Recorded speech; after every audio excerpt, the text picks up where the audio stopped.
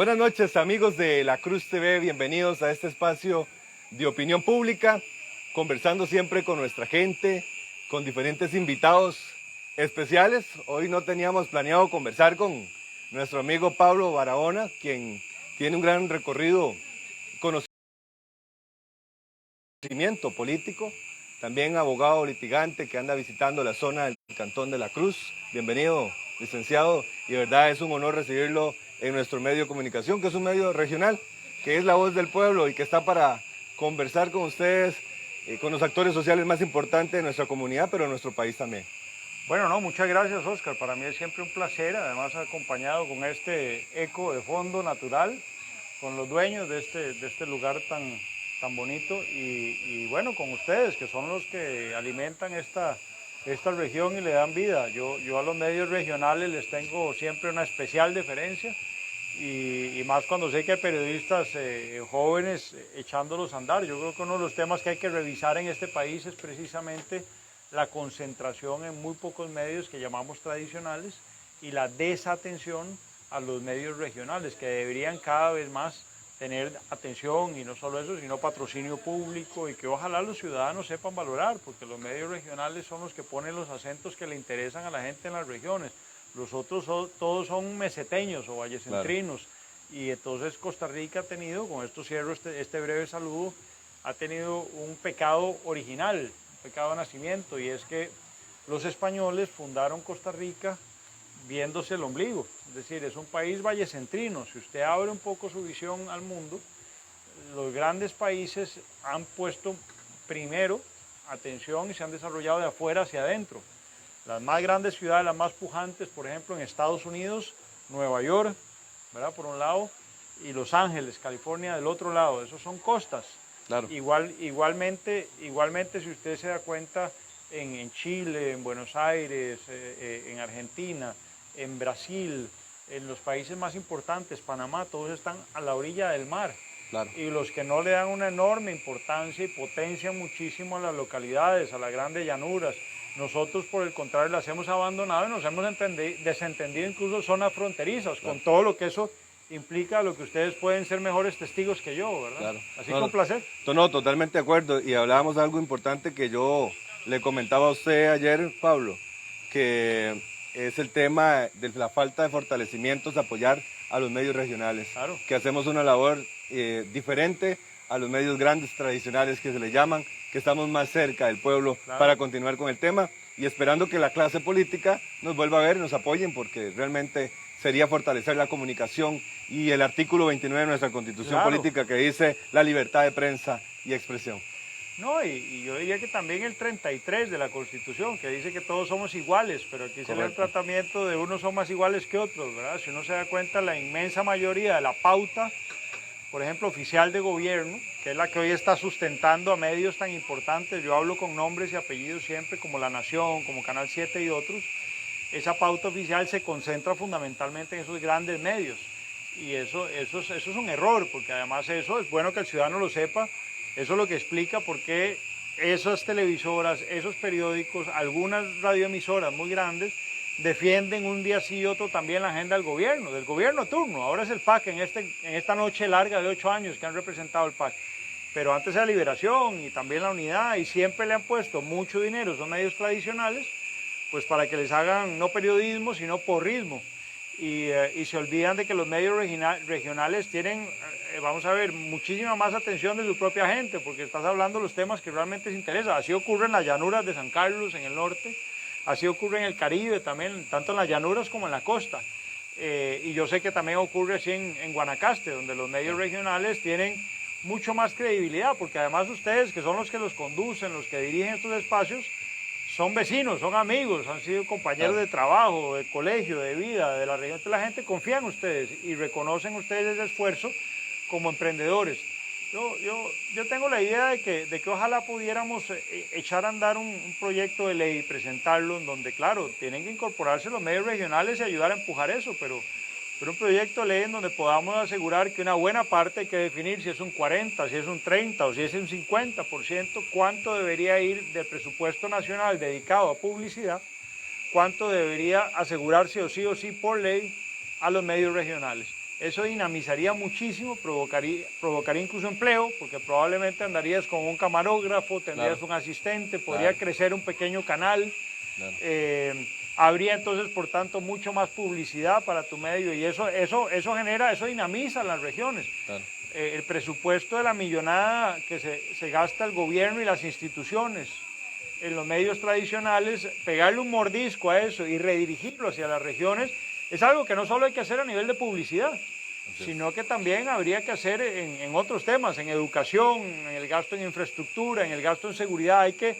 El tema de la descentralización en Costa Rica está aún pendiente, ya lo decía, es un gap, es una deuda histórica que tenemos porque la tradición ha sido que, claro, como las instituciones están en San José, como la mayoría de los presidentes están en San José, entonces la noción es una noción muy vallecentrina, de esas 4 provincias que están en el Valle Central, que son Heredia, Alajuela, Cartago y desde luego San José. Y nos olvidamos de las otras 3, que además es donde se podría generar más riqueza. Nosotros tenemos 4 veces más territorio en el mar que en el continente. Y al mar le damos la espalda. Nosotros aquí no tenemos una sola tunera. Yo tuve en mis manos una vez un estudio que decía que las regiones pobres, tanto el Pacífico como el Caribe, salen de pobreza poniendo 2 centrales de acopio atuneras y 2 flotas atuneras en el Caribe y 4 en el Pacífico, repartido obviamente a lo largo de costa, empezando por Golfito, pasando por Quepos, después está Punta Arenas, ¿verdad? Punta Morales y por supuesto, y se habla de Bahía Salinas, ¿verdad? Como un centro no solo de pesca, sino de acopio importante. Y solo con la riqueza atunera que nosotros tenemos, que le estamos regalando a otros países, estas regiones se calcula podrían salir de la pobreza. Y no es nada que a nivel de Estado no se puede hacer.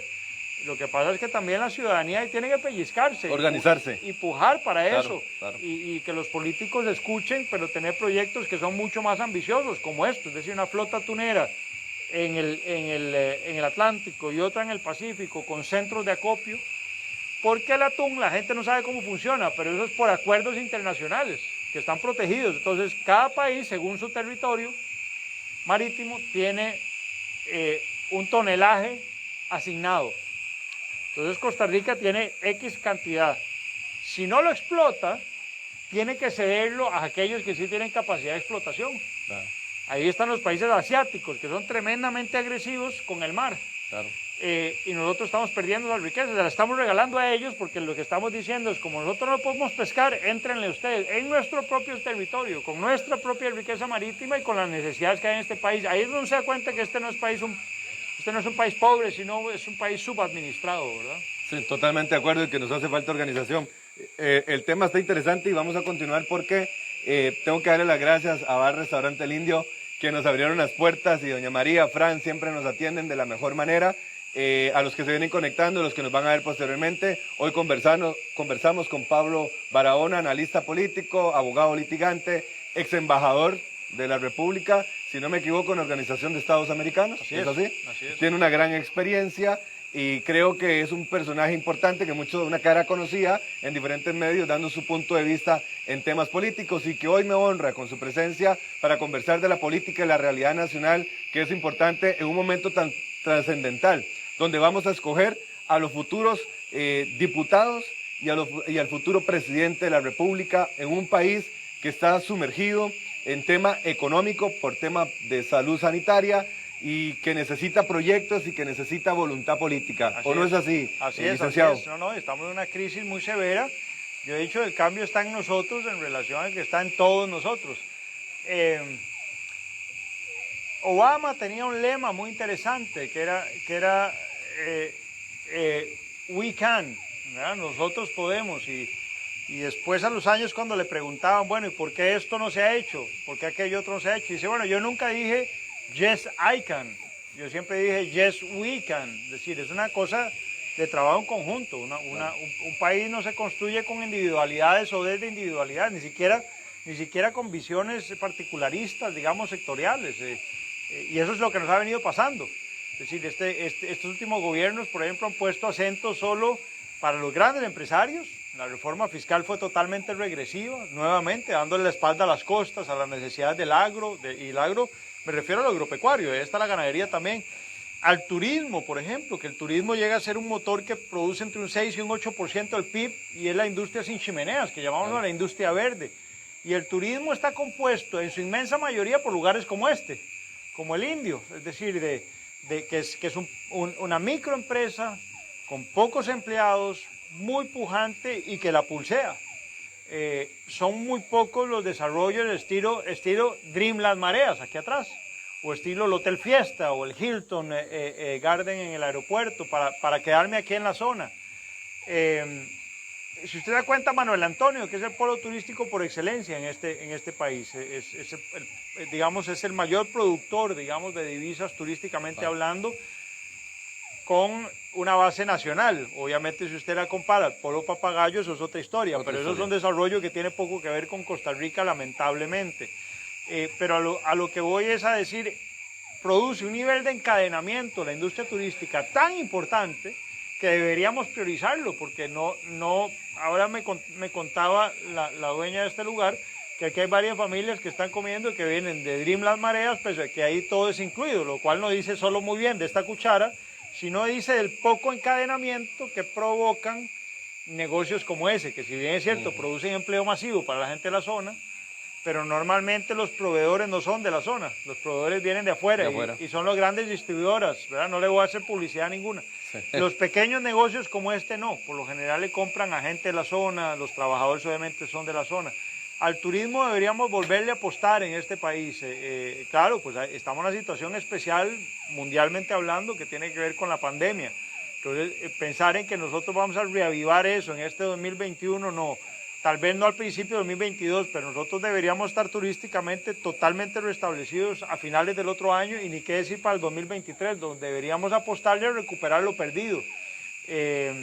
Y creo que ahí hemos tenido muy poca vocación, digamos, también de proyección en los últimos tiempos a nivel internacional, y eso pasa también por la geopolítica y la diplomacia, sobre la que podemos hablar después, pero yo me concentro sobre todo en que creo que a la gente hay que preguntarle en las regiones, bueno, ¿en qué es en lo que el gobierno está fallando? ¿En qué le está quedando mal? En que sea la gente la que produzca la solución. Vea que yo no le digo a usted que a los medios regionales hay que asegurarles un proyecto de ley para darles plata, estoy diciendo, los mismos medios regionales deberían construir ese proyecto de ley y por supuesto, pues hay diputados que les pongan acento, que les den asesoría y que lo echen a andar y le pongan voluntad política, pero debe venir de los medios regionales. ¿Cómo le voy a decir yo a usted, Oscar, cómo se maneja un medio regional o cómo se proyecta un medio regional? Entonces, que me tiene que decir cómo se hace, entonces yo le digo qué le puede dar el gobierno o qué definitivamente le toca a ustedes de pronto con la empresa privada buscarlo. Pero entonces, esto lo sacamos entre todos, esto no puede pensar, ni que piense la gente tampoco que se trata de un gran superhombre, una supermujer, en esa lógica presidencialista que tenemos, que una sola persona saca el país adelante. Eso no existe. Ni un Figueres, ni un Calderón. Es decir, nosotros podemos volver a revivir al general Tomás Guardia, por cierto, expresidente guanacasteco, que eso lo saben poco aquí, y fue el presidente que fundó las bases de la República en aquella constitución de 1871. Y bueno, lo que hizo don Tomás, que era un general militar por lo demás, guanacasteco, insisto, fue echar a andar las bases del Estado. Claro. Y muy a la guanacasteca, era un hombre de mano muy firme. Y a partir de ahí es que entonces se construyó lo que hoy conocemos, la Constitución se reinventó, no se reseteó, sino que se le hizo retoques a la Constitución Liberal de 1871 y 1949, y es la que tenemos todavía hoy. Claro. Esa historia no se nos olvida. Fue un guanacasteco el que fundó las bases de este país. Y aquí viene el tema, ¿qué ha pasado?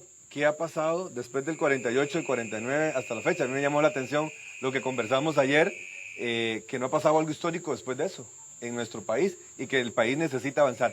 Yo le pregunto, licenciado, ya estamos en campaña política, pero ¿cómo vamos a hacer para que el pueblo de Costa Rica vuelva a creer en la clase política?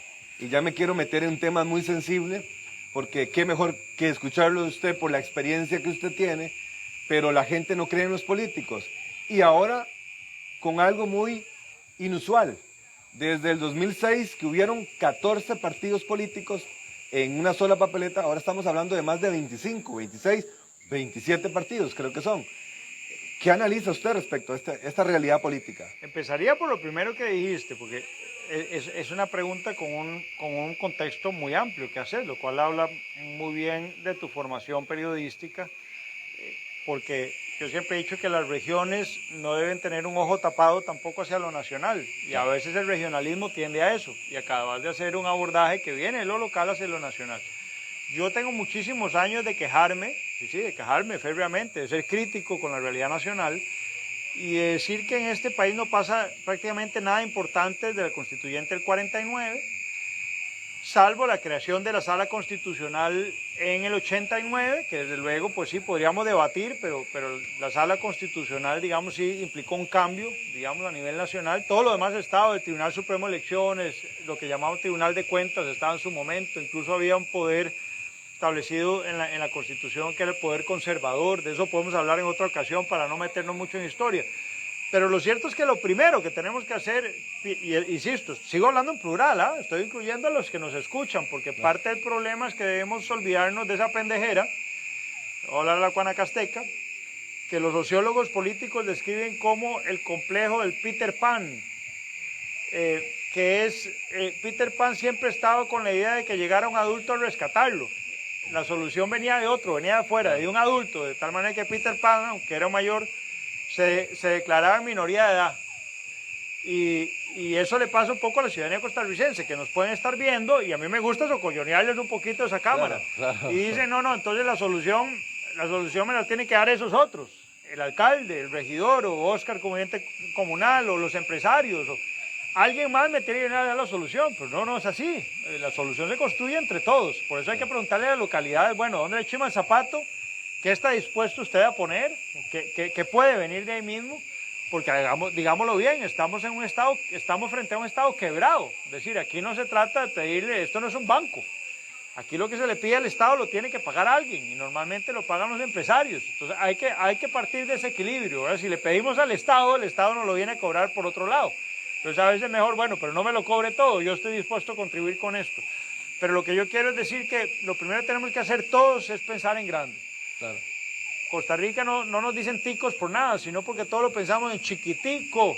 Entonces, ahí nos quedamos de ticos. Y debemos recuperar las ansias de pensar en grande, de tener aspiraciones en serio de Estado, no solo regionalmente, pensar en grande. Yo, cuando reconocí esta zona, que tenía 20 años de no visitar yo esta zona, y grabé un video para las redes sociales, ahí debe estar en el Facebook que pueden visitar, en donde yo decía, bueno, lo que es el colmo del subdesarrollo mental de un país, tener un lugar con esta belleza escénica, es decir, con esta riqueza de exploración turística, con estos mares y estas playas, pero con estas vistas, con esta naturaleza, con una propuesta ciertamente culinaria muy importante, porque hay muchos restaurantes en la zona, con parques nacionales, aquí hay un montón de parques nacionales cerca, con la posibilidad de turoperadores ya instalados que los llevan a conocer las islas, etcétera, con mucha cercanía a Nicaragua para atraer turismo que también llega por allá, con un aeropuerto internacional, la riqueza que le da la pesca a este lugar.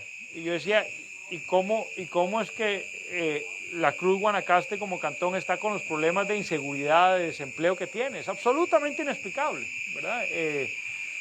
Y eso pasa por la descentralización, pero pasa también porque el ciudadano ha dejado de exigir, y porque el ciudadano que le pide solución a los otros, al final siempre termina votando por los mismos. Sí. Pero después a los que tratamos de dar una solución, ¿verdad?, y no nos pusieron atención, nos llegan a reclamar, y no critique tanto, métase. Bueno, pero cuando uno se mete, entonces de pronto no te dan el voto, o no te apoyan, porque aquí no se trata solo de participación política, que yo he sido muy abstemio en mi vida a meterme, hasta ahora. Pero hay muchas formas de participación. Esta es una forma de participación. Totalmente. Agarrar yo este programa y vincularlo y enviarlo, digamos, a la gente de la Cruz o de Liberia, Nicoya, y que la gente escuche una entrevista como esta. Bueno, esa es una forma de influir y de ayudar, digamos, a un emprendedor, en este caso vos, Oscar, pero es la posibilidad de dejar que una voz disonante quiebre la idea, digamos, de la información centralizada, que es lo que nos viene empaquetado desde San José, por lo general. La gente tiene un gran poder con estos aparatos y no lo usa. Y sin embargo termina siempre al final, y esto hay que decirlo, votando por los partidos que nos han entrampado acá. Ve usted que las encuestas siguen señalando, no hay ganador todavía. Todos son contendores menores, ninguno pasa al 20%. Así es. Pero vea que son de los mismos partidos que nos han llevado hasta este problema. Entonces el costarricense vota un poco por default, ¿verdad? Por rebote, pues es el voto hereditario. Bueno, como mis papás y mis abuelos sean liberacionistas, yo voto por liberación. Así me pongan a alguien con los cuestionamientos de un Figueres, que Figueres además tiene enormes responsabilidades también, ¿verdad? Y no estoy hablando solo del catelo, de cuestionamientos éticos, no, mire, por ejemplo, esta es la enorme contradicción. Esas son las cosas que a mí me gusta hacer notar en programas como este, si usted me lo permite. Claro, es todo suyo. A Figueres, ¿por qué no le preguntan? Mire, él cerró el tren en este país, el tren de carga.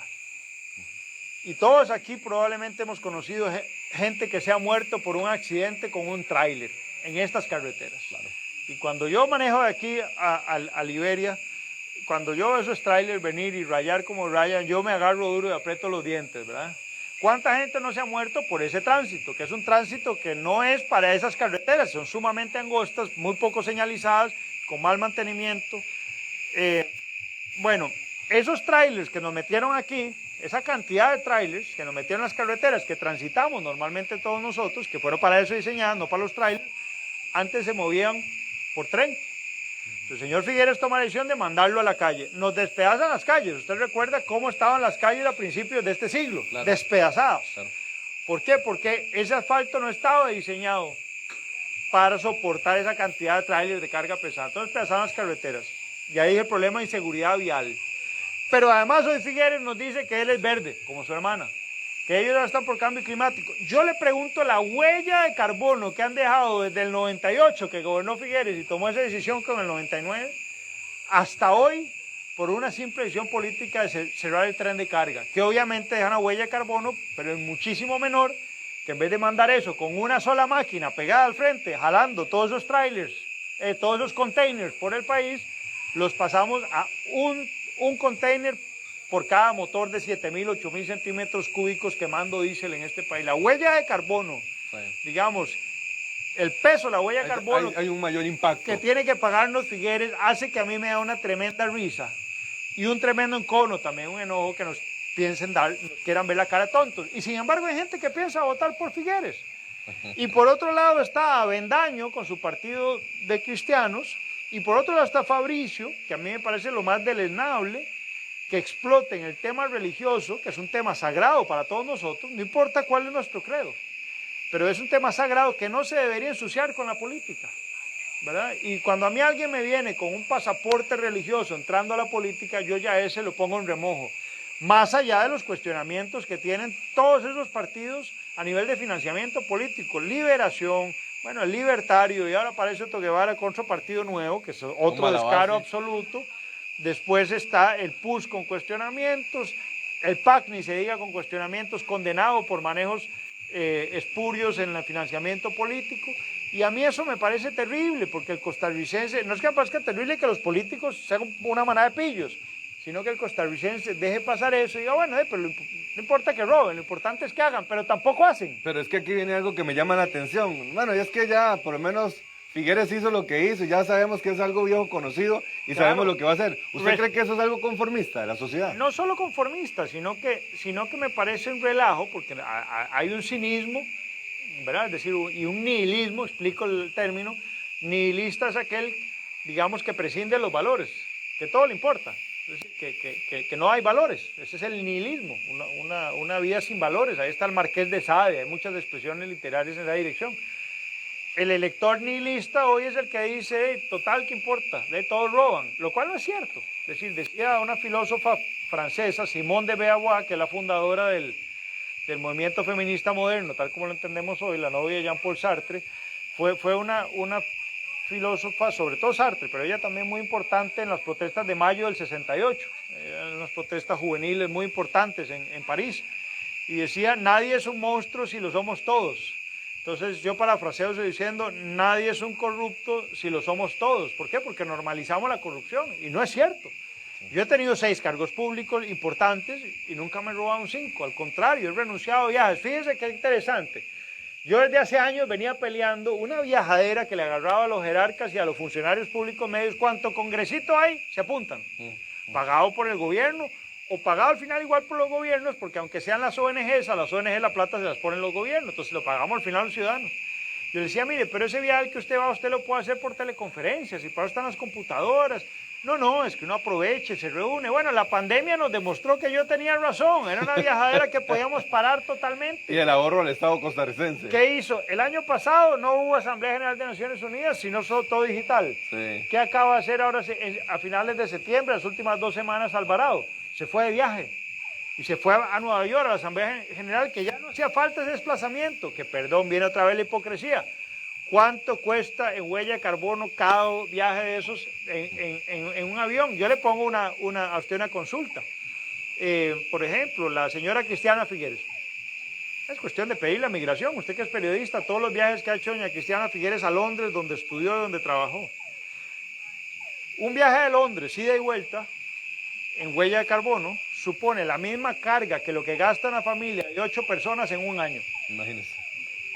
Entonces yo le pregunto a usted, bueno, muy bien, doña Cristiana, pero ¿cuántas veces viajó usted a Londres, a Berlín? Es decir, paren la viajadera, si el tema del cambio climático es en serio, entonces comuníquense como las pandemias nos demostró que podían comunicarse, que es por aquí. Claro, que no es tan bonito porque no viajan y no pasean, pero eso es otra historia. Sí, la doble moral. Así es. ¿Cuál es el perfil del candidato o el próximo presidente que la gente se puede inclinar? Bueno, yo analizo este perfil y le quiero hacer la pregunta abierta, porque ya conociendo su historial político me interesa conocer que la gente también tenga más o menos una idea, sin decir nombres. Pero usted nos puede dar ese perfil. Sí, bueno, yo nunca he militado en ningún partido, ciertamente, he sido muy crítico de todos. Incluso alguien puede decir, bueno, pero usted fue embajador. Bueno, sí, embajador a 3.600 kilómetros de distancia, que es donde queda Washington, representando a un Estado, no a un gobierno, y sin haber tenido por eso que darle militancia a ningún partido. A mí me llama el presidente de la República y me dice, quiero que seas embajador. Me ofreció antes un ministerio, le dije que no. Y bueno, terminé de embajador, ciertamente, del Estado.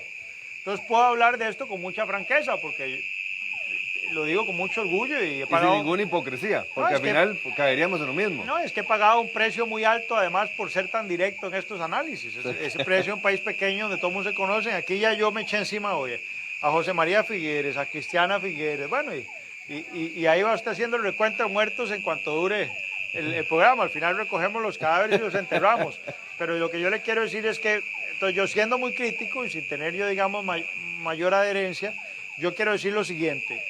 Me parece que el perfil del próximo presidente tiene que ser un hombre honesto, es decir, sin mácula, que no haya sido cuestionado por manejos éticos en lo privado o en lo público. Eso me parece que es central. Debe haber ahí un balance, digamos, que tiene que ver con el bagaje, digamos, demostrado de una ética a prueba de balas. Yo no creo que nosotros debamos volver a contratar a gente que manejó muy mal el Estado.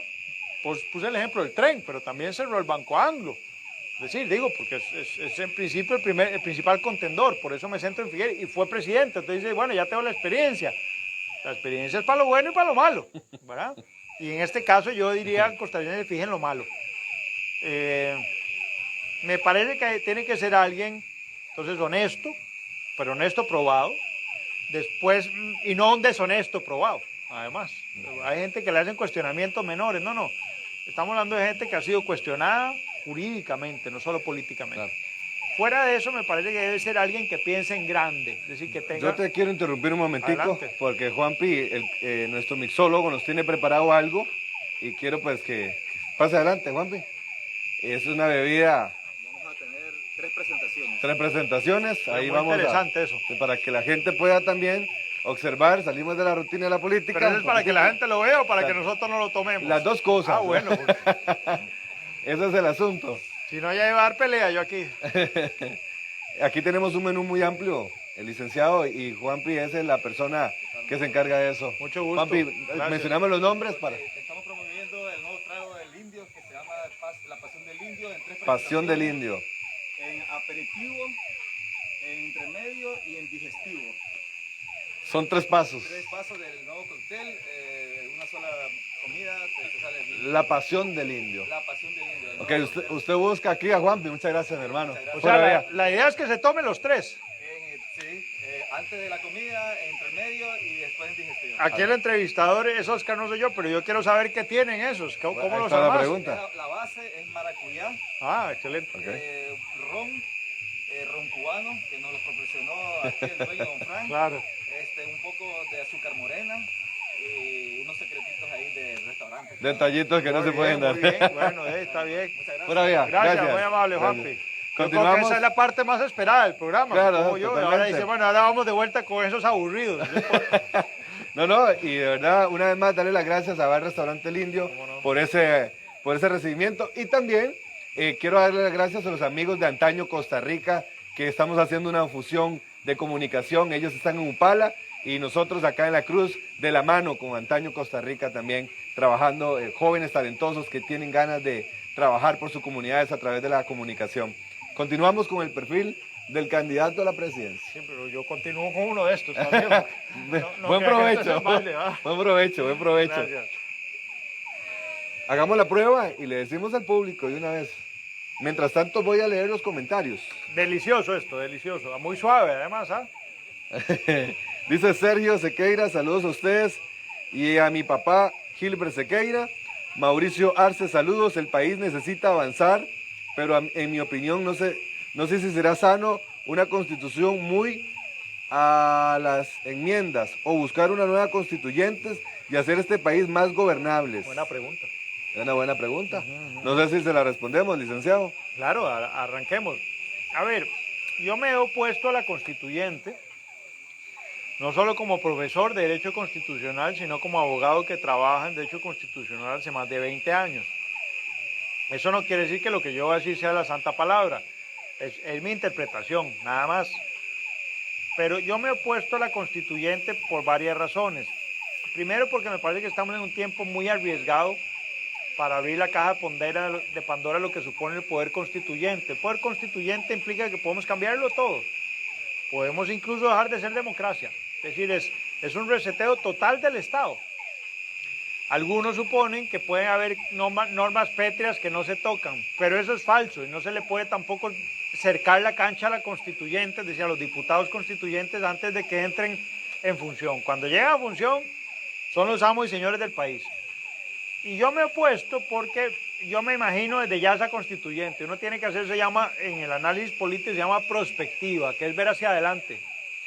Y Oscar, si yo le pregunto quiénes podríamos nosotros olfatear, intuir, que irían como diputados constituyentes, y usted y yo entendemos que van a ser más o menos los mismos que han estado en legislativa, los mismos que han gobernado, que han sido ministros, que de partidos tradicionales, de partidos que se han robado este país y que si no se lo han robado, al menos si lo han postrado de rodillas y nos tienen en esta crisis, que no es una crisis menor. La Costa Rica de hoy ya no es la Costa Rica de hace 10, 15 o 20 años. Claro. Es decir, el debilitamiento de la clase media, ¿verdad?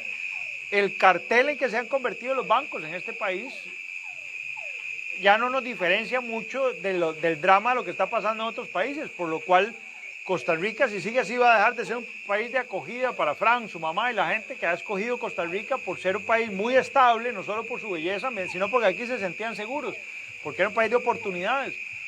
Hoy se presentó un informe, el doctor Walter Muñoz, diputado, y no lo cito por nada, porque es un informe sobre la Caja Costarricense de Seguro Social que están diciendo se nos cae a pedazos, está quebrada.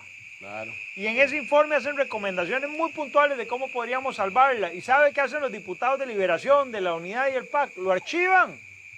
No les importa, tratan de tapar aquello. Incluso el PAC usa unos informes y unos acomodos actuariales de un gerente que está cuestionadísimo precisamente por manipuleo de datos en la Caja Costarricense de Seguro Social, que son los mismos responsables de que la caja esté donde esté. Que tienen a la caja un día, El totalmente. costarricense tiene que saber eso. Y yo le quiero hacer una advertencia, Oscar. Entré por la constituyente, pero me salgo por la caja. La caja es el pegamento social de este país. Sin la caja, el pacto social en Costa Rica se cae. Olvidémonos del país pacífico que somos, se cae. Y se nos está cayendo por el crimen organizado y el narco. Eso lo sabemos y yo lo digo sin ambaje. Mi primer libro fue sobre corrupción, crimen organizado. Yo tengo una sensibilidad especial porque sé lo que está pasando y el drama de lo que supone cuando un país es absorbido, como le pasó a Colombia, a México, Guatemala, a Honduras, El Salvador, cuando el crimen organizado coopta un estado además pequeño, con la diferencia que todos los países tenían un ejército para responder, nosotros no. Y tenemos una policía muy débil.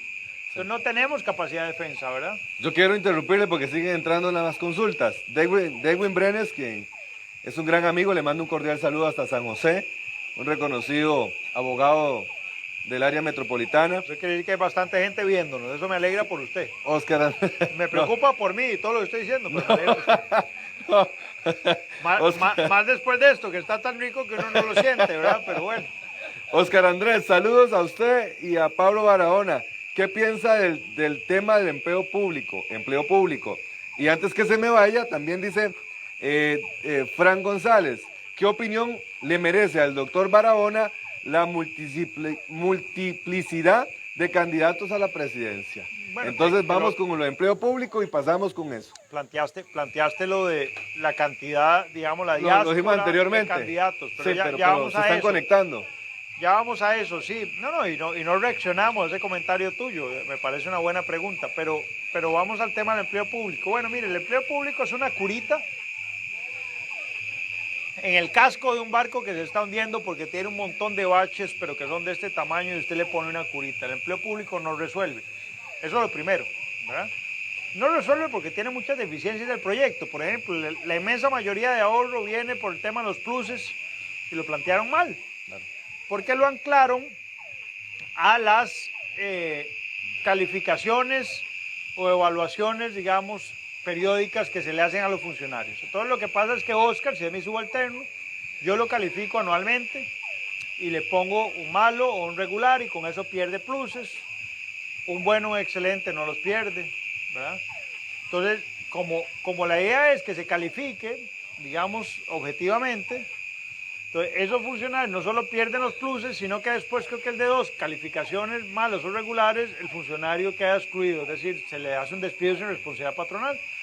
En teoría eso suena muy bien, porque uno diría, claro, entonces funcionarios malos se van y se abre espacio para que entre gente buena. Hay muchísimo desempleo de profesionales muy buenos que no tienen trabajo, pese a que hay burócratas muy malos que están anclados en su silla. Entonces, en teoría suena muy bien. Pero yo que he sido funcionario público le voy a decir lo que pasa realmente. Lo que pasa realmente es que los jefes no se atreven a calificar a la gente ni regular ni malo. Porque yo que sí lo he hecho, se ganan unas broncas. Porque entonces después esos mismos funcionarios, mandos medios, se vienen y dicen, es que me maltrató. A mí nunca me han denunciado, pero van y te denuncian de acoso laboral. Entonces, ¿qué es lo que hacen los jefes que están pegados con saliva? Pues la mayoría de los jefes no están en propiedad. Olvídese, yo a todos les pongo excelente. Porque yo no me voy a comer esa guerrilla. Entonces lo de las calificaciones, un saludo a la bandera, porque los jefes no se van a atrever a evaluar a los funcionarios como se tienen que evaluar.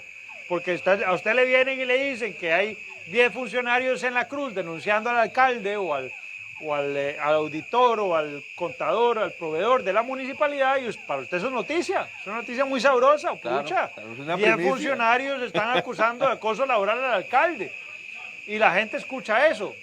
Y mientras el alcalde se defiende y explica, no señores, es que a estos 10 funcionarios yo los clavé con unas evaluaciones porque son malos y regulares. Y ellos lo que temen es que si el otro año los vuelvo a evaluar igual, quedan patitas en la calle. Correcto. Pues ¿cómo se defienden? Denunciándome por acoso laboral. Pero para usted, como periodista, esa segunda parte ya no es tan sexy. No, sí, hay un problema ahí con el tema de empleo público. Y además de eso, está basado sobre un dilema que es un dilema falso. Es una falacia absoluta, porque lo que dice es que la culpa del déficit fiscal la tienen los empleados públicos. Y eso no es cierto. La inmensa carga del problema del déficit fiscal en este país tiene que ver con 2 problemas. La evasión, sobre todo los grandes contribuyentes, los grandes empresarios, que es el quintil del 1% de la población que acumula inmensa riqueza, que a eso no les golpeó esta crisis del COVID para nada. Y la elusión, que es dejar de pagar impuestos por medio legal. Ahí tenemos un bache inmenso. Lo segundo es, por supuesto, que hay un gasto público inflado, que es un tema al que hay que entrarle, pero el empleo público no lo resuelve. Entonces, yo sí creo que hay que reformar el empleo público, claro que sí. Hay muchísimo que corregir, hay mucha ineficiencia. Estamos ante un estado elefantiásico, es decir, inflado. Me parece que hay instituciones en ese archipiélago de 300 y resto que hay que revisar. No puede ser que en este país se creó una institución en los 70s, en los 60s, y hoy la tenemos que mantener porque sí, para darle empleo a la gente. Yo no creo en eso. Creo que hay que cuidar a la gente y el empleo de la gente. Pero no hay que cuidar la institución pública para darle empleo a un grupo de gente. Eso es deformar el sentido de la institución. La institución está para servirle a la gente. Y los empleados públicos a veces se olvidan de eso. Y hay un hiperempoderamiento de la función pública, los mandos medios, que es un tema que hay que atacar. Eso en cuanto a empleo público y en cuanto a la multiplicidad, lo numeroso de los candidatos, no se me olvide esa pregunta. Yo le diría que yo a eso no le temo. A mí me alegra mucho que en este país se haya roto el bipartidismo. Me parece que eso democratiza mucho. No es cierto que en el bipartidismo las cosas eran mejor, porque a mí me parece que lo que varía es la calidad de los representantes, sobre todo en la Asamblea Legislativa. En esta que viene, para mí van a ser más importantes los candidatos, evaluarla, los ciudadanos, es un consejo, me pediste un consejo antes del perfil. Evalúen todavía más los candidatos a diputados, en este caso su provincia, Guanacaste. Yo aquí no tengo votantes, entonces no importa que yo lo diga. Evalúen sus perfiles. Es más importante los diputados que quién llega a la presidencia. Y le voy a decir por qué. Resolver el tema de impuestos es un tema que no le toca a un diputado, a un presidente. Los impuestos los votan los diputados. Así es. Si usted quiere quitarle impuestos a un sector como el turismo, por ejemplo, o cargas sociales, pasa por una ley. Esos son diputados. El presidente puede decir misa. Y segundo, el control político y empezar a plantear los proyectos que hay que plantear en este país pasa más por los diputados que por el presidente. El presidente tiene una iniciativa de ley. Cuando un país está tan trabado y tan emproblemado como el nuestro, ya eso no es un presidente, por un decreto, ya necesita leyes, necesita presupuestos. Entonces, mucho más importante en esta que viene son los diputados. El presidente, piénsenlo, y pienso yo que eso no lo dije antes, que no nos ponga el ridículo internacionalmente como ha hecho Carlos Alvarado o Luis Guillermo Solís, que sea alguien que por lo menos no nos dé vergüenza cuando se para a dar un discurso, ¿verdad? Es decir, las galimatías de Carlos que le han puesto charlinflas con mucha razón. Sí. Pero yo no temo a que sean muchos, lo importante es la calidad y eso lo perdieron prácticamente todos los partidos porque dejaron de convocar a los mejores costarricenses.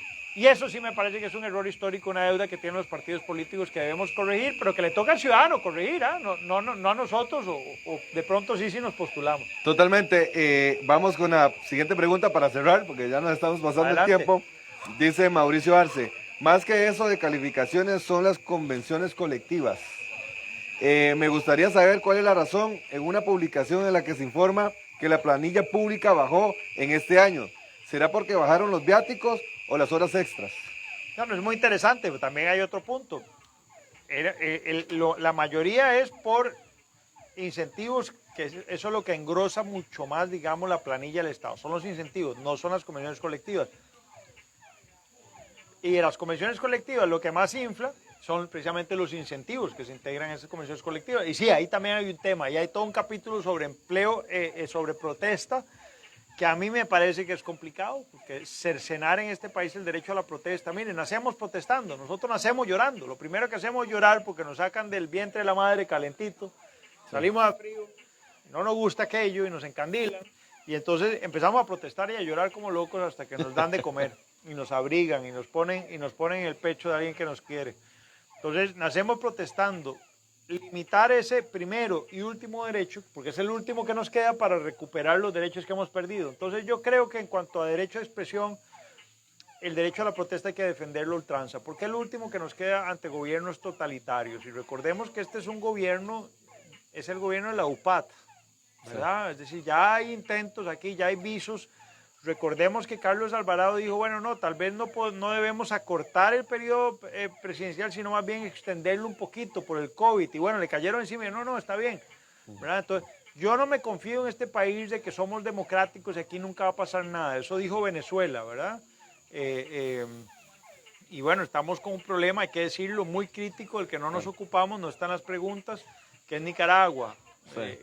Que estos gobiernos no han sido capaces de plantarse a Nicaragua. Yo aquí le voy a decir antes de entrar a la pregunta que nos hacían, me parece que hay un tema mucho más importante y sobre el que aquí tienen que ponerse las pilas, que es el canal seco que viene a caer acá. Mire, eso haría que La Cruz sea uno de los cantones más ricos de este país y lo conecta con otro de los cantones más ricos que es San Carlos, ¿verdad? Toda esa zona, digamos, del norte de Upala, los Chiles. Pero resulta que aquí es donde estaría el muelle principal. Claro. Estaría aquí, no estaría ni siquiera en Limón. A eso deberían poner mucha atención. Y la otra cosa a la que deberían ponerle muchísima atención es al ferry hacia El Salvador. ¿Por qué? Porque la única forma de nosotros desentendernos o destetarnos de Nicaragua geopolíticamente hablando, y poderle hacer críticas a un gobierno despótico y en ciernes de ser una dictadura perfecta como es Nicaragua, es que nosotros, toda nuestra mercadería que va por tierra, ¿verdad? Pueda pasar por un ferry para bypasear Nicaragua y llegar a El Salvador y ahí mandar todos los containers. Y entonces ya no le damos el poder a Ortega de cerrarnos aquí la frontera en Paso Canoas o en Tablillas, y ahí entonces nos ahorca y nosotros tenemos que bajar el tema, decir no, no, está bien, no son dictaduras. Eso es un tema y que a ustedes les debería interesar porque son región fronteriza. No, no, y es que le quería comentar esto, licenciado, que yo he cubrido las noticias acá cuando se cerró la frontera por 22 días. Y fui el único comunicador que estuvo en una reunión con las cámaras de transportistas de Centroamérica. Pero llegó el canciller de Nicaragua, Denis Moncada, llegó acá. Mi colega en la OEA, lo conozco muy bien. Y puso él sus líneas. Y estaba Michael Soto, el ministro de Seguridad Pública. Que no tiene nada que hacer al lado, no tiene nada que hacer al lado a la parte de la Moncada, Cancillería, ¿eh? Exactamente, porque su papel es diferente. No solo eso, es lo que le decía de la calidad. Denis Moncada no solo fue un guerrillero, digamos, y está a la par de Rosario Murillo, no solo de Daniel Ortega, fue 12 años embajador en la OEA, ¿verdad? Es un guerrillero en la diplomacia, es un tipo con un colmillo que arrastra, un gran político. Y le ponen a un Michael Soto, que es un agente de la OIJ. Eso es lo que es Michael Soto. Es decir, tenemos a un Paco metido a ministro a negociar con Denis Moncada. Se los comió con mayonesa. Es una lástima, pero Costa Rica, que tiene muy buena gente y muy buenos diplomáticos, gente muy preparada, no está siendo representada por la mejor gente. Y ahí tenemos un pecado capital, porque lo que usted vio ahí, lo vi yo en la OEA y lo he visto en otros cargos, y a mí me da vergüenza. A mí me da vergüenza cuando yo escucho a Luis Guillermo o a Carlos en un foro internacional. También un poco Laura Chinchilla. Mire, yo en el programa Amelia Rueda de hace como un mes y medio debatí y le cuestioné a Laura Chinchilla porque ella venía muy valiente y ella sacó un Twitter en donde decía, hasta CNN la entrevistó por ese Twitter, decía, Daniel, sos un cobarde, unos términos, digamos, a mí me parece de poco uso para no digamos para una dama, sino para una expresidenta de Costa Rica. Y entonces ella decía, bueno, no, que Costa Rica tiene que ser valiente y todo, pero que son otros países, que Costa Rica no se pelee con Daniel. Entonces, ¿Daniel es el pendejo o somos nosotros? Yo no, lo que tenemos que hacer es tener inteligencia, que no la tuvo Laura, ni Oscar, ni ninguno para atrás, ni tampoco estos gobiernos del PAC, por eso digo, Liberación, PUSC y PAC, ahí no es. De ahí probamos y ahí no es. Y para nosotros poder romper el cerco nicaragüense, lo que tenemos que hacer es pensar en el Canal Seco, que es un megaproyecto, pero no es tan difícil de hacer, créanme. Y por otro lado, el ferry a El Salvador para la carga. Y eso solo lo podemos lograr si los costarricenses deciden, esta vez sí, llevar a un presidente de nivel, pero sobre todo a diputados de nivel. Si aquí siguen pensando en Fabricio, que es un copy-paste de Carlos, periodista también, que ni siquiera había terminado la carrera, por cierto, lo hizo ahora la carrera para ahora sí poder decir que era periodista, ¿verdad? Un hombre que viene y abreva de la religión, que lo que hace es tocar guitarra y ser salmista, y me dicen que eso es con lo que se gobierna un país, saca una crisis económica y política con la que estamos. Yo digo que no. No vamos para ningún lado. Yo digo que no. Y los conozco personalmente. No emito mi criterio, tal vez me vayan después a señalar, pero no vamos para ningún lado. Y el país no está para improvisaciones, definitivamente. Bueno, por eso digo, entonces si queremos que en una reunión como esa que usted atestiguó frente a Denis Moncada haya alguien que entiende y que Denis Moncada respete y que Denis Moncada no olfatee al primer minuto que a este se lo va a comer con limoncito y mayonesa, sin necesidad de galleta soda, ¿verdad? En un solo bocado, entonces pongámosle gente de verdad. Sí. Gente de verdad, porque están entrenados, además, lo digo en este restaurante, por una de las diplomacias más guerrilleras y más bien educadas del mundo, que es la Cancillería cubana, ¿verdad? Es decir, eso no es cualquier cosa, y esos son los que apoyan en Nicaragua. Aquí estamos jugando de casita. Entonces, eso hay que decirse al costarricense, para que el costarricense se indigne un poco, pero también para que piense muy bien su voto y en la próxima campaña no se vaya por un jingle bonito de Liberación o de la Unidad, o sea, una cancioncita o la bandera. No, piensen en serio porque después entonces no se queden. Es una cosa muy loca, le dan los votos a los mismos, pero esperan resultados diferentes. Es una cosa muy rara. Y perdón, un consejo, Oscar, que tiene que ver con usted. Dejen de informarse por los medios tradicionales. No es La Nación, no son los canales tradicionales, no son los periódicos tradicionales, no. busquen en redes, me parece, eso sí, con pinzas, viendo dónde hay, medios regionales como este, las comunicaciones directas de los candidatos para ver desde quién es un charlatán, ahí aparece. Sí, Hasta sí. quién es más serio, si se mete para atrás, qué ha analizar hecho, bien. cuáles son sus propuestas, Claro. cuál es su discurso. Y perdón, otro requisito, que sea gente valiente, que sea gente que no le tenga miedo al Canal Seco, al Ferry El Salvador, o a venirse aquí a negociar con los nicaragüenses y a decirles 4. ¿Cómo es posible? Y sigo con esa llaga porque el 13 de septiembre llegó la antorcha y ya son 2 periodos que no nos dejan a los medios ingresar a recibir la antorcha con la ministra. Pero, licenciado, pasan todos los medios del oficialismo nicaragüense a territorio nacional como perros por su casa. Y yo me sentí tan impotente y la misma policía a mí deteniéndome para no poder cruzar al otro lado. ¿Cómo es posible esto? Claro. Es ahí donde yo digo, ¿y dónde está el liderazgo de nuestros gobernantes? Claro. Ahí, volviendo a ese tema. No, y ya para ir cerrando, Sí. porque no, aquí nos puede dar toda la noche y de verdad que yo sé que mucha gente nos va a ver posteriormente. También nuestro amigo es candidato a diputado. No sé si me das la autorización de decirlo. Adelante, además ayer empezó la campaña, así que Ya ayer es inició la público. campaña electoral. Bueno, me parece que es una buena opción. No puedo decir por qué partido votar, pero tenemos que ir por las personas, Así es. no por un color, Así es. no por el tradicionalismo. Te soy sincero, yo vengo de Liberación Nacional y nos criaron, cuando se escuchaba el corrido de Pepe, se sentía. Mi abuelo era de esos combatientes del 48. Y yo creo que si mi abuelo ahorita estuviera vivo, me agarra de las orejas y me siente y me regaña, ¿verdad? Es lo tradicional. Por lo tradicional que son. Pero yo invito también, para cerrar, licenciado, invitar a la gente a participar, a no solo usar el celular, está bien que usarlo para leer y informarse, pero decirle a la gente, no solo critiquemos en las redes, salgamos a votar, a No, hacer y historia, no solo eso, y a también. participar. Y no solo eso, sino que la participación no es solo el voto, sino como decía ahora, difundan también. Si ustedes encuentran gente que les pueda llamar la atención y bueno, mira, este carajo piensa diferente o parece que sí es plantado o sí es valiente, pues difúndanlo a los amigos, a la familia y me pongamos la atención, como dijiste antes, sin ver mucho bandera, que no me parece. Esta no va a ser una carrera de caballos, sino una carrera de jinetes. Y esos rostros son los que tenemos que, me parece, ver, que son los que tenemos que encarar, además después, para que le pongan. Claro. Y sí, bueno, yo he asumido esa tesitura, Oscar, lo digo con naturalidad, muy por insistencia de que yo vengo haciendo un trabajo muy fuerte los últimos 6 años, los últimos 2 años del gobierno de Guillermo y los 4 enteros de este. Yo incluso hace 2 años y medio tuve la sagacidad de decir que si los ciudadanos de este país fuéramos valientes, nos hubiéramos organizado para pedirle a Carlos Alvarado la renuncia.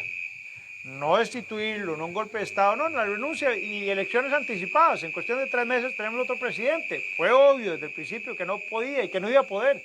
Y el problema es que salir de este bache en el que nos están dejando, yo el otro día, si era ironía, Luis Guillermo dijo que le dejaron al fin en Cancharralá. Bueno, y vean lo que están dejando ahora. Incluso le tomé unas fotos a la circunvalación en San José, que está en Charralá, como está en Charralá hasta vía aquí, que ahora los carros venían en esta ruta Es increíble. haciéndose a un solo carril, porque ya el Zacate parece una selva, esta carretera, no falta de mantener, es peligrosísimo, porque ahí se pueden esconder maleantes, presta para muchas cosas. puede salir una vaca de pronto y no lo ven, los carros están a punto de pegar, bueno, están dejando realmente un país en Charralao, del que se lo quiero decir a los costarricenses, porque yo con los costarricenses merece que lo traten como una persona inteligente y no como otra cosa, y les digan las cosas con honestidad. Esto no lo saca un gobierno. Aquí van a hacer falta 2 o 3 gobiernos, mínimo 12 años, para que nosotros volvamos a estabilizar la crisis en la que nos metieron estos últimos gobiernos. Entonces, yo he venido siendo muy crítico en redes. Alguna gente pasaba diciendo, bueno, pero no todo es criticar. Yo creo que criticar es un hacer, porque para ser crítico hay que ser valiente. Así es. Y se paga un costo muy alto, más en un país como este, hay que decirlo. Donde hay tantos intereses. Por supuesto, pero Claro. además donde también todos nos conocemos y es Claro, muy fácil que el que claro. criticas hoy, mañana te la cobre. Pero lo que quiero decir con esto es, Bienvenido al club. así es, así es. Pero entonces yo decía, no, la crítica es valiosa, porque además la crítica tiene la ventaja, y para eso es, para generar un estado de conciencia. Si no hubiésemos sido críticos todos estos años con el PAC iría para un tercer gobierno. Ese es el valor de la crítica, ¿verdad? Así Porque es. no fue que todos los costarricenses entraron en razón de que estos gobiernos lo estaban haciendo mal, sino que hubimos algunos que pensaron, esto está mal, esto está mal, esto está muy mal, Y entonces la gente dijo, bueno, sí, no, como que tenían razón. Aquella miel de los 100 días a este gobierno no le duró ni 20, yo creo. Pero entonces, más allá de la paciencia franciscana, el ciudadano costarricense, ya dije antes, debe ser más exigente. Pero entonces me dice, bueno, pero échese a pista, porque hay que hacer. Y para hacer cosas hay que tener poder. Es decir, hay que entrar o en un ministerio, o en una diputación, o en la presidencia, o bueno, en magistraturas o puestos de poder.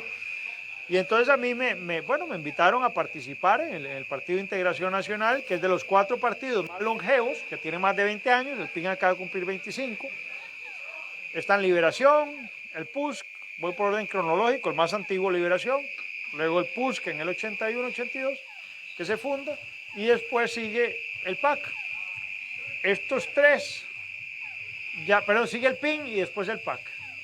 Estos 3 han sido condenados por malos manejos y por estafa electoral. Claro. El único de esos 4 partidos, digamos, con experiencia de estructura, que ha tenido diputados, que me parece a mí que han sido combativos, y que no ha sido cuestionado nunca, digamos, a nivel electoral por las finanzas, es el PIN. Entonces es una bandera limpia, eso es lo que a mí me interesa. Y por lo demás, el PIN se plantea una alianza de sectores. Entonces ahí hoy está el sector agropecuario, el sector turístico, está el solidarismo, está el cooperativismo, hay grupos de mujeres, de ambientalistas, y eso lo ha hecho dentro de una alianza muy grande. Está el movimiento Rescate Nacional, al que este país le debe mucho. Alguna gente se enojó por bloqueos. Yo le digo, bueno, si no hubiera sido por esos plantados, todos estaríamos pagando en nuestras casitas un impuesto territorial muchísimo mayor. Claro, así que claro. yo les agradezco. Por los plantones. Yo les agradezco, porque Claro. si no, no. La agenda del Fondo Monetario Internacional, 1, era mucho más pesada que esta 2 que intentaron. Y esa 1 la pararon ellos. Así hayamos sufrido incomodidades. Yo no creo en los bloqueos, me parece que no es la forma. Eso soy yo, pero respeto también que hay momentos en donde los gobiernos no escuchan, porque Corrales y Célimo Guido fueron a Zapote 2 veces en marcha pacífica, caminando, y no los quisieron atender, los dejaron en el portón. ¿Qué le queda a la gente para hacerse escuchar? Ahí es donde yo defendí el derecho de protesta. Entonces, bueno, gracias a esos valientes que además hoy han dicho, bueno, vamos a poner la calle porque entendemos que en vez de ir a protestar y tener que bloquear, mejor asumamos puestos de liderazgo en el poder y cambiemos esta realidad y plantémonos a hacer control político dentro de los marcos de la reglamentación legislativa. O sea, a mí me invitaron a esa sombrilla, a esa alianza, y dije que sí. Y entonces, bueno, voy a sin querer ensuciarme en la política, sí espero contaminarme del el entusiasmo que estoy viendo en la gente a partir de mi candidatura, de que hay gente de nuevas generaciones que podemos demostrar que nuestras generaciones sí están preparadas, no como Carlos, que dijo que estaban preparados y no lo estaban, dijeron que eran los más preparados y demostraron que no, todo lo contrario, y fue porque no convocaron a la mejor gente. Así es. Entonces creo que hay que convocarla y creo que tenemos que pensar en cosas diferentes. Vea, solo en este programa, para cerrar, nosotros hablamos de dinamizar la comunicación en este país a través de los medios regionales. En eso yo me comprometo. Y esto queda grabado, así que lo conversamos con tus colegas. Después de eso, hablamos aquí del Canal Seco, ¿verdad? Que es una ruta de tren que va desde Limón, cruza por todas las llanuras del norte y llega aquí a Puerto Soleil. Hablamos del ferry a El Salvador, hablamos de geopolítica, del problema fronterizo, hablamos de la importancia de la pesca y de lo que podrían ser flotas atuneras para esta región, hablamos de la industria turística también como algo importante, hablamos de ambiente y de cambio climático. Yo creo que son visiones globales e integrales las que tenemos que buscar, con liderazgos además que sí están dispuestos a mantener un idealismo y a llevar este país al siguiente nivel. Dejemos de pensar en chiquitico. Sí, No que nos vean en otros países como la Costa Rica, que ya no fue. Creo que todavía a este país le quedan arrestos como para que tengamos esperanza y que Costa Rica tenga un mucho mejor futuro, sobre todo para las generaciones que vienen atrás. Yo no puedo dejar de decir aquí que la última pata de ese banco, al que le sumamos todos estos, tiene que ser una gran revolución educativa. Si algo distinguió a este país era que solo habían 2 países con excelentes índices en salud y en educación, Cuba y Costa Rica, pero el costo social y político que pagaron los cubanos no lo tuvimos que pagar nosotros, lo hicimos de una manera civilizada, constructiva y democrática. Esa es nuestra gran lección al mundo, y además con más de un 25% de territorio protegido. Es decir, no explotamos esas riquezas, no contaminamos, no solo para nosotros, sino que nuestra huella de carbono hacia el mundo es nuestra gran herencia. Entonces, a mí me parece que debemos recuperar esa herencia y pensarlo en grande, pero eso pasa porque la gente decida hacia dónde quiere ir, si seguir en este nadito de perro o si empezamos a pensar en serio y le damos y le apostamos, no como una apuesta tan insegura como esta, sino a un futuro en donde yo creo que el cambio, repito, somos todos, es decir, pero todos implica a los que están de ese otro lado también, ¿verdad? Así es, no, de verdad que hoy ha sido una conversación muy amena, que no sea la primera ni la última. Yo quiero Así invitarlo cuando ya sea diputado, porque yo espero que vas a llegar a la Asamblea Legislativa. Ojalá, gracias. Ojalá que no pase los políticos tradicionales que No ya va a llegan y se olvidan, no va a y lo pasar. digo públicamente. No va a pasar. Segundo, también quiero agradecerte, pero también quiero tocar, si volvés a venir antes de las elecciones, para hablar del tema del canal seco. Y te voy a decir porque yo tengo detractores, porque yo creo en el desarrollo, pero tengo ambientalistas que me siguen mucho y que están poniendo cuidado a mis temas. Entonces, si yo no me pronuncio en un tema, me caen encima. Entonces, ese tema del canal seco, en la próxima, lo vamos a hablar, el por qué usted está de acuerdo, cómo vamos a que el medio ambiente no se vea tan impactado con un canal seco, todo eso, dinámica, Ese es un y reto cómo, importante, es un claro. reto, y cómo, en qué acuerdos visualiza usted que se puede lograr un canal seco. Y a eso yo te sugeriría ponerle otro acento y te acepto la invitación, nada más cuestión de ver cuándo estoy yo por acá, pero que es el tema de la descentralización como un punto medular, no solo para el medio regional, sino para quienes nos siguen y, insisto, los pobladores de estas regiones, sino porque el canal seco lo que hace es descentralizar no solo el comercio y el tránsito, sino el turismo también. Porque entonces al turista que viene aquí o que está en Limón, le queda muy fácil agarrar un tren porque también ese tren tendría algunas unidades de pasajeros para venirse a Puerto Viejo o de Tortuguero, pasar acá el fin de semana y después devolverse. O de Nicaragua, bajar acá para irse al Caribe y después salir. Entonces eso tiene que ver también con la instalación de un aeropuerto internacional en el Caribe. Es decir, hay mucho que hablar y pasa por la descentralización. Entonces yo encantadísimo y he disfrutado mucho este encuentro, donde me has permitido no solo explayarme en los temas como me gusta, sino que ha habido un rico intercambio. Veo que tenés una audiencia muy amplia y además una audiencia bien entendida. Y a mí me gusta eso también, que cuestionen y que nos exijan. Y Eso no es la jugamos importante. porque todo el mundo está viendo también la mejenga, ¿verdad? Bueno. Entonces, pero yo sé que posteriormente nos van a ver y nos van a cuestionar. Yo estoy seguro de eso. Ojalá, aquí estamos. Y recuerden nada más, por aquello que algunos voten en San José, a mí me toca hacer entonces el comercial de que lo que aparece en la papeleta de diputados es la bandera del PIN, no aparece mi nombre, por aquello que se va a confundir. Pin, pirirín, ¿De dónde pin, era pin, aquel carajo? así Ese es. Pablo, muchas gracias. Un gusto, un gusto. Encantado de compartir con vos de política. Son de los temas que me apasionan definitivamente. Y qué mejor con gente, con personajes como Pablo, que lo ven en todos los medios de comunicación del país y me honra de tenerlo acá con nosotros hablando de la realidad nacional, de la realidad política y de lo que viene para Costa Rica, porque la verdad necesitamos una mayor participación ciudadana. De parte de Oscar Andrés Vargas de La Cruz TV, nos despedimos desde Bar Restaurante El Indio. Que pase usted una linda noche, Pablo. Muchas gracias, Oscar. Pura Ha sido vida. un honor. Gracias.